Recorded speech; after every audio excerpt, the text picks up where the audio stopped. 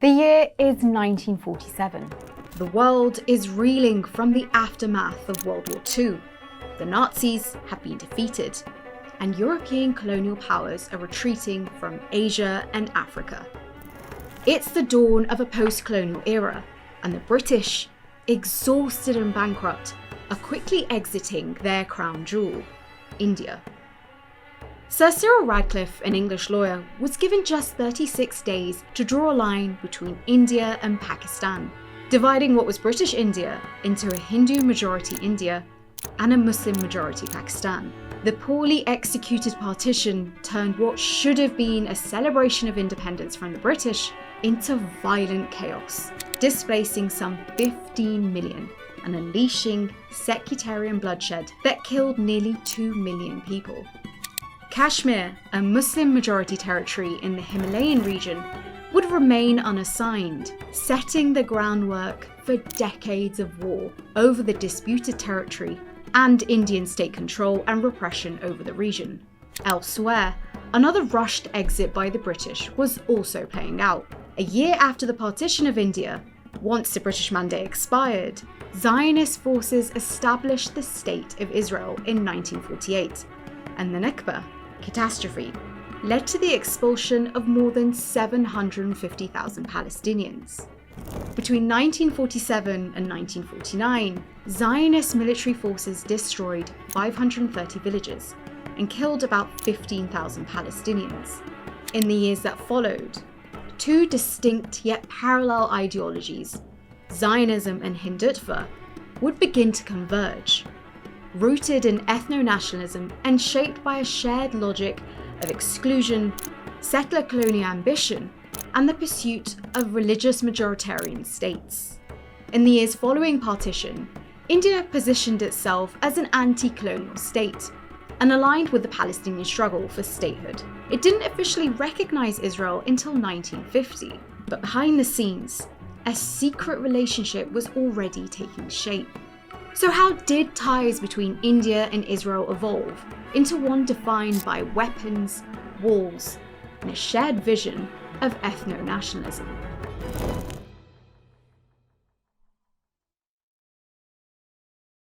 Palestine belongs to the Arabs in the same sense that England belongs to the English or France to the French.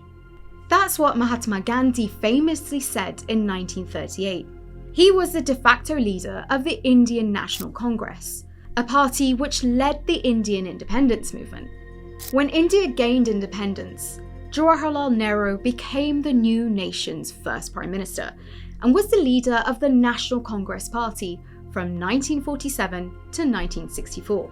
Nehru ostensibly sought to establish a secular state in India, void of religious leadership, and pursued a foreign policy rooted in non-alignment, anti-colonial solidarity, and Third World unity. Whilst he expressed sympathy for the Jewish population facing persecution in Europe, he also said, fundamentally, the problem of Palestine is a nationalist one. The Arabs are struggling against imperialist control and domination. It is a pity, therefore, that the Jews of Palestine, instead of aligning themselves with the struggle, have thought it fit to take the side of British imperialism and to seek its protection against the inhabitants of the country. Gandhi and Nehru, who shaped India's destiny in its early years of independence, were vocal about Palestinian rights and opposed the idea of a religious state for Jews. India's commitment to Palestine once reflected its vision of leading the post-colonial world. The new state was an elected member of the UN Special Committee on Palestine, and in September 1947, it was one of only 13 countries that voted against the United Nations partition plan for Palestine. Speaking more on this is Azad Issa, author of Hostile Homelands, The New Alliance Between India and Israel. The incoming Indian government understood that it would not be able to compete with world powers. It recognized there were dozens of anti-colonial movements around the world searching for independence and freedom and looking for moral leadership. So India looked to adopt the position of leader of the so-called Third World. With Indian leaders having fought against the British for independence, the Palestine question was still seen as part of an anti-imperial posture. One couldn't be a leader of the so-called Third World without being a supporter of the Palestinian people. Even though India cautiously recognized Israel in 1950, its perceived anti-imperialist stance forged political bonds with the Arab world and really crystallized in 1954 after the introduction of Egypt's new president, Gamal Abdel Nasser. Together, the two leaders helped establish the non-alignment movement in the late 1950s, a forum of 120 countries founded to advance the interests of developing countries in the context of Cold War confrontation and promote a more equitable world order. Washington and India's Premier, Pandit Nehru, is greeted by President Truman as he arrives in the capital for the first time. From the get-go, Indian foreign policy was never original or bold. It was always conservative and always very careful. When writers or thinkers or students look back at Indian foreign policy, they tend to imagine it as a kind of static set of ideas based on the moral impulse of Nehru and Gandhi, who are often sort of venerated as trailblazing anti-colonial figures. But the policy that India adopts from 1950 is pretty much based on self-interest. And by the mid-1950s, it appears that Nehru and the Indian state aren't completely dedicated to Palestine as they liked to project. They conduct themselves in a way that both gives them access to the Western world, while ensuring that they do not alienate Arab leaders who are at that point still invested in Palestine. Jawaharlal Nehru, Prime Minister of India and the Orient. During this time, full diplomatic relationships between India and Israel were not yet established, and would not be for another 42 years. Still, behind the scenes, back-channel diplomacy between the two countries quietly began to take shape, as India increasingly admired Israel's armed forces and looked to bolster its own military-industrial complex. During India's 1962 border war with China, Nehru sent discreet appeals for help to several world leaders, including the first Prime Minister of Israel, David Ben-Gurion. Gurion responded expressing his full sympathies and understanding, and offered to help. But when Nehru asked for weapons brought in discreetly by ships without the Israeli flag, Gurion refused, and Nehru accepted, angering Egypt's Nasser.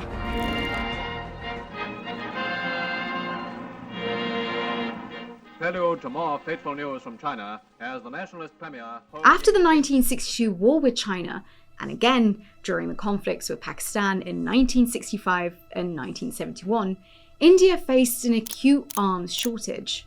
Cairo could not help, Washington suspended weapons sales, and Moscow deliveries were slow. Israel filled part of that gap. Its rapid success in the 1967 Arab-Israeli War impressed Indian commanders and encouraged a discreet flow of military assistance. On the diplomatic stage, India still wore its pro-Arab mantle, backing UN Resolution 242, calling for Israel's withdrawal from occupied lands, and under PM Indira Gandhi, daughter of Nehru, becoming the first non-Arab country to recognise the PLO in 1974. In 1975, India also signed on to Resolution 3379 at the UN that describes Zionism as racism, but off camera, the script read differently. Artillery shells and radar parts arrived privately. RAW, India's foreign intelligence agency, and Mossad swapped battlefield intelligence, and India sent small groups of officers for limited training in Israel. By the 1980s, the Cold War was shifting. The Soviet Union was in decline, but the United States was asserting global dominance, and countries like India were reassessing old alliances. Once again, India looked for ways to secure enough weapons and turned to Israel to bulk its supply and share technology. In 1985, Prime Minister Rajiv Gandhi, Indira's son, met with Israeli Prime Minister Shimon Peres, the first meeting between the two countries. Rajiv wanted to modernize India through a closer relationship with the United States. He wanted to liberalize India's economy and upgrade its military-industrial complex, and Israel became a quiet but crucial partner in this effort. Now at home, Hindu nationalism politics was also gaining momentum. especially with the rise of the right-wing BJP and the increasing street presence of the far-right paramilitary group, the RSS. This fostered an ideological affinity with Israel's ethno-nationalist model, a nation-state built around a dominant religious identity, with a powerful military, and a constant sense of being under threat. Now, for some in India's political and security establishment, Israel represented a successful example of muscular nationalism and counter-terrorism prowess. So let's take a closer look at the rise of nationalist movement Hindutva and its similarities with Zionism. Hindutva, meaning Hinduness, is a term popularized in the 1920s by Vinayak Damodar Savarkar and gained traction as India sought to distance itself from both British colonial rule and 16th century Islamic Mughal dynasty. Savarkar, an atheist, wanted to transform secular India into a nation defined by Hindu dominance and wrote that Hindus were an ethnic rather than a religious group. He believed Hindutva would restore India's glorious Hindu past, with Hindus reasserting cultural and racial superiority over foreign Muslims. This idea of vilifying Muslims became central to preserving a pure Hindu India in the years to come. Savarkar's definition of Hindutva went on to form the basis of Hindu nationalist political ideology. It's been used by right-wing Hindu nationalist organisations like the BJP and the RSS, a group banned temporarily in 1948 after one of its members assassinated Gandhi. During that time, Hindu nationalists found inspiration in the cultural nationalism and race pride of Nazism, while also identifying with Zionist movement that was gaining momentum. Both Hindutva and Zionism saw a shared goal in building majoritarian democracies, states driven by one culture, one race, one identity.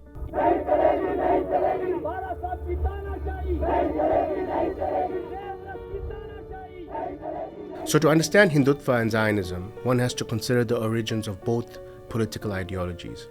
Both are essentially late 19th century ideologies that are engulfed with myths about the past, about a people, a nation, a geography, and both are heavily influenced by European fascism. Some of the seminal texts of Hindutva and Zionism, be it by Vladimir Jabotinsky or M.S. Golwalkar, these all emerged around the same period between World War I and World War II.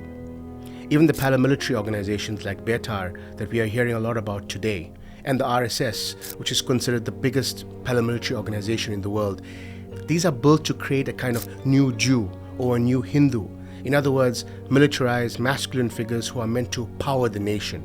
In the 1980s, major changes begin to take place in India. The economy is seen as sluggish and outdated and too bureaucratic. And so several streams come together. You have privatization, which is linked to this idea of Hindu entrepreneurship or Hindus taking back ownership of their country, a kind of nativist and jingoistic approach to society and politics and the economy.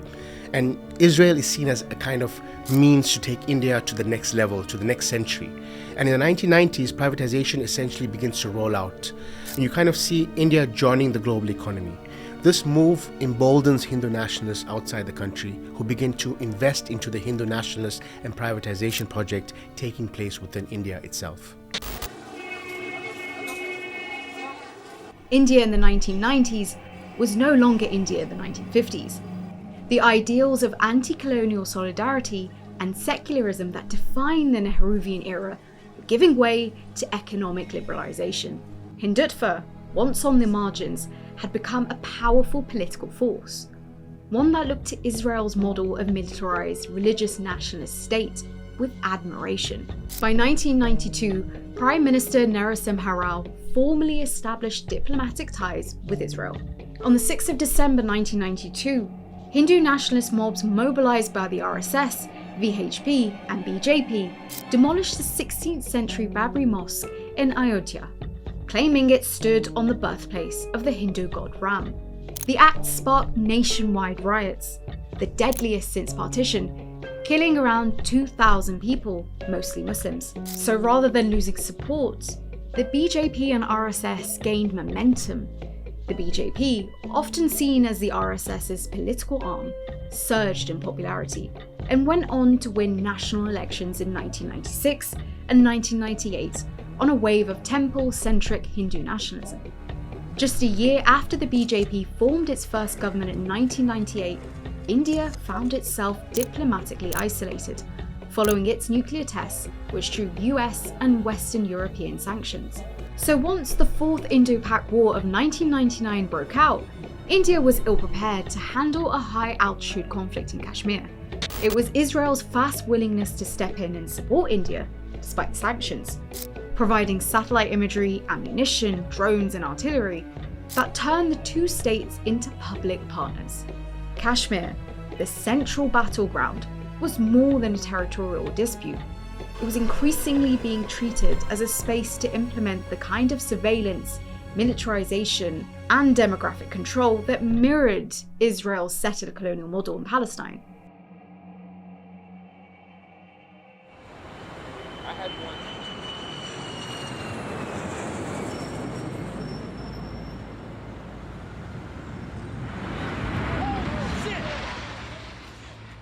Then came 9/11. The launch of the global war on terror would reframe geopolitics overnight. The Indian state actually joins the so-called global war on terror because it finds it as a good opportunity to equate the freedom movement in Kashmir to a matter of terrorism. It also sees it as an opportunity to isolate Pakistan. So India joins this kind of civilizational war that's now waged on the Muslim world. And so in the early 2000s, you see India and Israel begin pairing each other as kind of nations which emerged from ancient civilizations that had been contaminated by outsiders. And they begin describing themselves as unique democracies under threat from outsiders. This type of rhetoric continues through the 2000s. What's crucial about this period as well is to recognize that the so-called war on terror that criminalized the Muslim body internationally actually gives India an opportunity, or kind of the legitimacy, to reinforce the prejudices against Muslims in India and in Kashmir.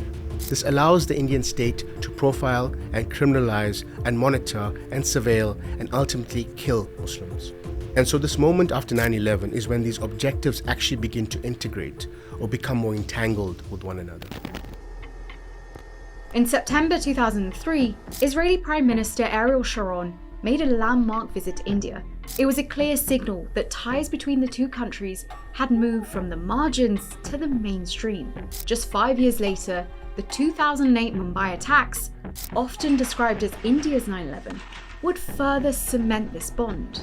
Among the 170 killed were 6 Israelis at a Jewish center, bringing the two nations closer in both grief and response, as they seemingly faced the same enemy.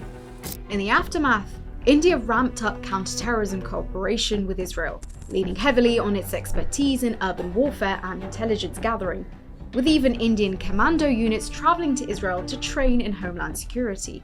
India rolled out a central monitoring system capable of intercepting phone calls, installed facial recognition cameras across major cities, and deployed Israeli-made spy drones to monitor protest marches. By this point, India had emerged as one of the world's top 3 surveillance states, thanks in no small part to its deepening defense ties with Israel. By the early 2000s, India had firmly positioned itself alongside Israel in a shared language of counterterrorism, surveillance, and militarized nationalism, most visibly in Kashmir, where Israeli technology and tactics were being replicated on the ground. This convergence would deepen dramatically with the rise of Narendra Modi. Unlike his predecessors, Modi didn't just work with Israel, he showcased the relationship. In Netanyahu, he found not just a partner, but a political twin. The India-Israel alliance was no longer a secret, it was a spectacle. And with Modi in power, what had been decades of covert collaboration would become open admiration and imitation, the sincerest form of flattery.